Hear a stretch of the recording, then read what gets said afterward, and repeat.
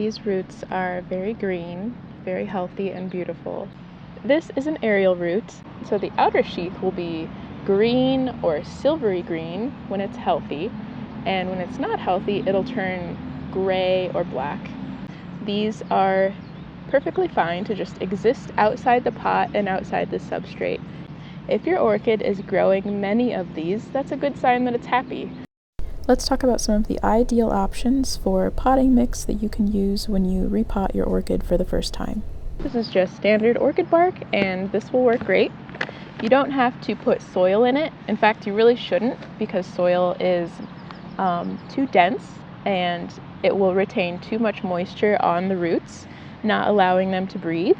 So the nice thing about this chunky mix is that the bark will hold moisture, but it allows the roots some room to breathe. It lets air in through the substrate, and so that's what you need. And to understand why that's important, we want to think about where orchids originally grow. Orchids are from rainforests. Orchids are epiphytes, and they attach to trees, usually upside down, so that their crown is pointing sideways or downwards, so that the water can run off and not settle inside the crown of the plant. And then the roots are constantly getting nutrients from the air and the rain that's pouring down the tree. This is standard potting mix, something that you would plant your garden plants in, or a fern. It's very retentive of moisture and very dense. This is not what you want to use for an orchid. It might survive for a few months, but if you were to take the roots out, you would see them getting mushy and having a hard time because they don't have access to enough airflow and oxygen. So this is a happy orchid. This orchid is not as happy as it once was. The person that I rescued this orchid from told me that she was just not watering it. She would forget about it for long periods of time.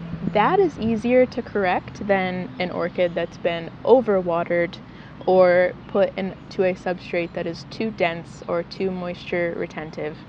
So down here we can see that it still has some good roots.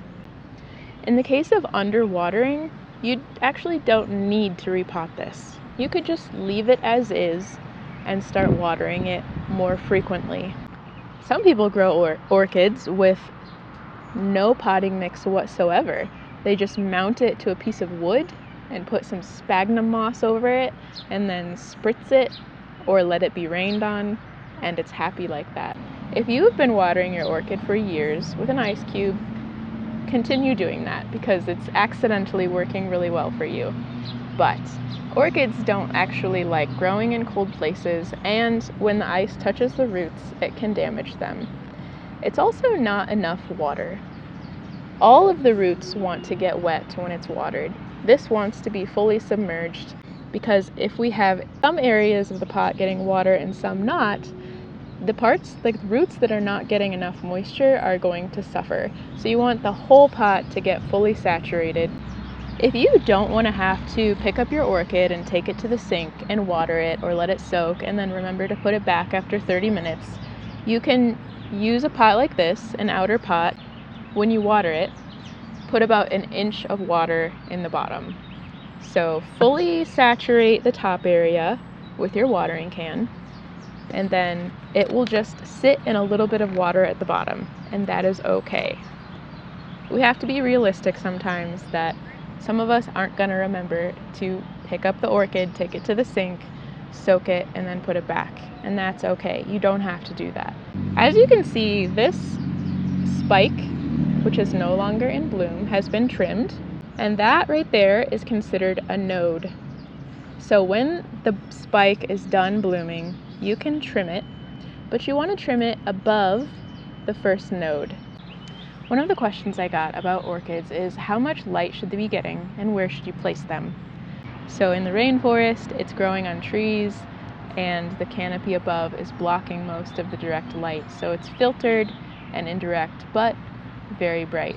It doesn't want to live 6 feet from a window in a corner. It's probably not going to be happy there. It won't die, but it will take a very long time to have enough energy to rebloom. What kind of pot should we be growing orchids in? The most common way you'll find an orchid potted in a store is with a pot like this, which is considered an orchid pot. It's got a little indent there to increase airflow into the roots, and it has all these slits for airflow.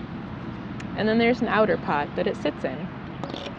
The outer pot acts as a reservoir to catch the excess water when you're watering, which is very convenient if you don't want to take this to the sink and then bring it back. You can just let some excess water sit in the bottom. This is great because you can observe the roots and make sure that they're healthy. You can also just pot it directly into a ceramic pot with a saucer. This is great for people who have these just sitting around already. You don't have to go buy specific orchid pots. The trick with this is that you can't see the roots that are down farther. So if you already have a good feel for your potting mix and your watering schedule, you can move to this just fine. And just keep an eye on the top and see how the roots are doing. If the plant overall seems healthy and happy, you're probably doing a good job, and you don't need to have a transparent container to keep an eye on the roots. If the color of your leaves is like this, it's probably not in too much light. But if your orchid is going a whole year without regrowing a spike for blooms, or it's not growing any more leaves, then it's probably not getting enough light. If you have your orchid getting direct sunlight, particularly southern light, you might see it becoming light green, faded or washed out, and in an extreme circumstance, it could get a sunburn. So the leaf will have a dried white spot, and that means that it's time to move it back. Or put up a sheer curtain that can filter some of that direct light. Usually when you get an orchid for the first time from a store, the spikes are going to be staked up, and this is beautiful. When it reblooms at your house, you don't have to do this.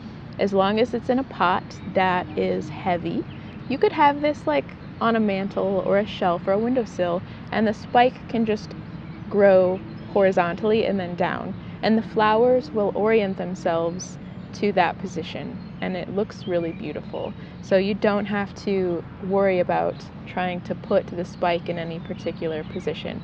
If you want to get really creative and mix like bark and perlite, vermiculite, clay balls, charcoal, you can do that. It's totally fun. You can get fancy with it.